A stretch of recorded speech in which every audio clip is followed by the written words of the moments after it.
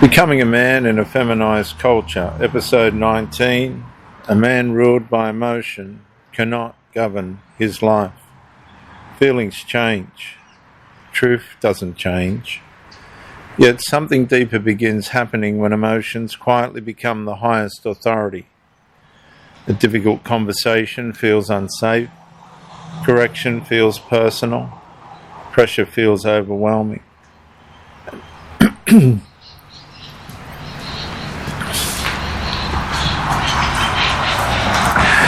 And decisions increasingly follow emotional comfort instead of conviction. And this is where emotional rule becomes dangerous. A man may still speak about discipline and leadership, but inwardly he's negotiating with every feeling that passes through him. If he feels confident, he advances. If he feels discouraged, he withdraws.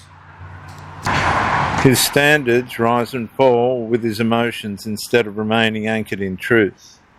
And that's not emotional health, that's emotional government.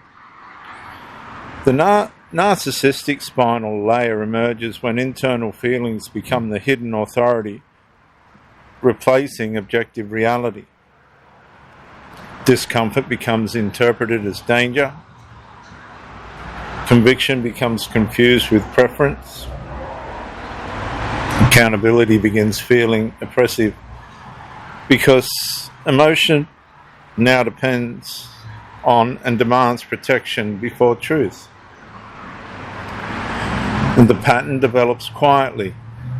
Emotion becomes authority. Reaction replaces wisdom. Impulse overrides restraint. Identity becomes unstable. And leadership becomes unpredictable. Eventually, those around him stop trusting his consistency because they never know which version of him will appear.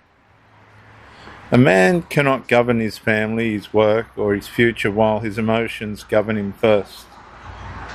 So write down the last 3 important decisions you made and then ask, were they directed by conviction or by emotion?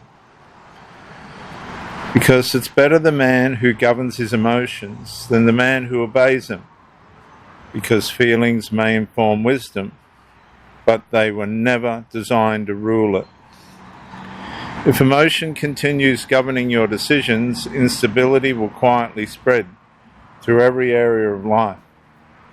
But when truth governs emotion, clarity returns, discipline strengthens, and masculine leadership becomes dependable under pressure.